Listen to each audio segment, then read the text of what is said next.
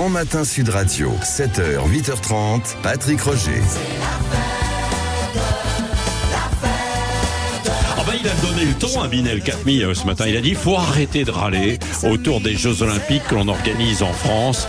Ras-le-bol de tout ça. Oui, il y a des choses qui sont pas au point, mais ce sera peut-être super par la suite, quoi. Grosso modo, je vous résume ce que vous avez dit dans votre édito ce matin. Elisabeth Lévy fulmine. Ah, mais est-ce qu'on peut raconter les coulisses de cette émission?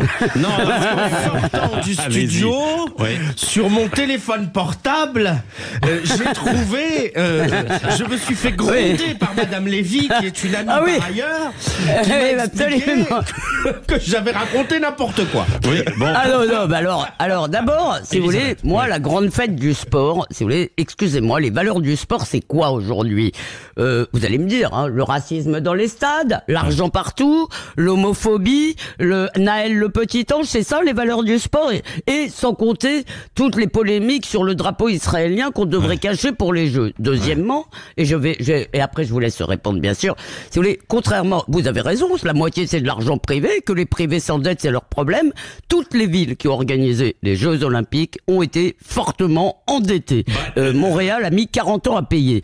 Et la dette de Paris est déjà de 8 milliards. Et je termine en vous disant que moi, je n'aime pas, si vous voulez, voir l'idée de voir une ville livrée. Effectivement, le tourisme de masse me semble être un des plus grands fléaux de notre temps. Je pense qu'une régulation du tourisme, si on veut sauver les merveilles de notre monde, s'impose. Et je vous dis, Patrick, je viens m'installer dans votre jardin du 5 au 20.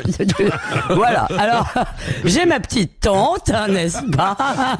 Et je suis prête. Voilà. Vous ne suivez pas les conseils d'Anne Hidalgo, qui a dit aux Parisiens de rester à Paris pour les Jeux Olympiques. Alors, non, je vais chez vous. Je vous remercie d'ailleurs de cette invitation.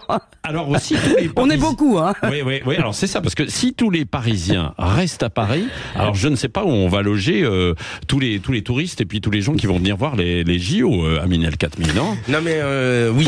Pourquoi vous avez dit mais non, mais il faut arrêter de râler tout à l'heure? Mais moi c'est pas évidemment, je suis pas au pays sur l'île aux enfants. Je sais très bien que tout n'est pas merveilleux, que tout qu'il y a du racisme dans le sport et que c'est pas la grande et belle et fraternelle famille du sport, je le sais, mais j'en ai marre d'entendre, et en l'occurrence je visais la maire de Paris qui explique nous ne serons pas prêts.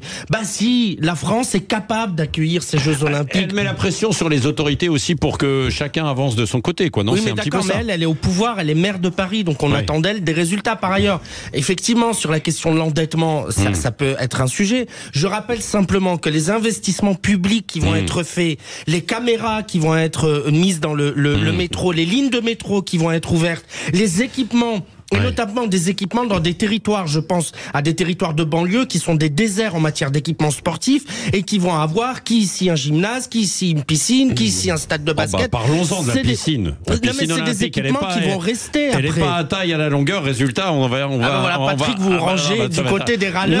Non, mais je constate ça. Il a raison, excusez-moi, mais bon, on fait une piscine olympique, elle n'est pas en bonne dimension.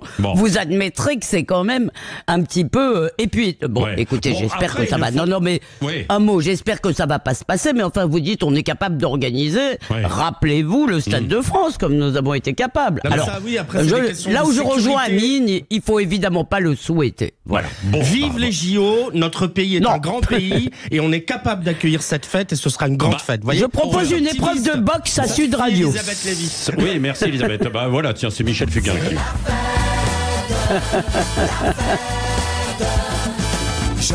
Et puis en même temps, aussi on n'oublie pas qu'aujourd'hui il aurait... Henri Salvador, il aurait 106 ans. Il nous a quittés il y a déjà 16 ans. Dans un instant, je ne sais pas si on va rigoler, mais en tout cas on va dire les choses franchement. C'est Julien de Normandie, l'ancien ministre de l'Agriculture, qui était pressenti d'ailleurs pour revenir à ce poste, ou même plus haut, à Matignon, bien sûr, qui a écrit Nourrir sans dévaster. C'est ça, bien sûr, sur l'alimentation. Il s'y connaît évidemment en matière d'alimentation, d'agriculture, puisqu'il a été ministre. Il répond à toutes les questions de Jean-Jacques Bourdin, bien sûr, jusqu'à 9h. Et vous aussi, vous pouvez commenter l'actualité tout à l'heure à 9h, 0826 300 300. Bonne journée. Il faut rigoler un peu quand même, hein.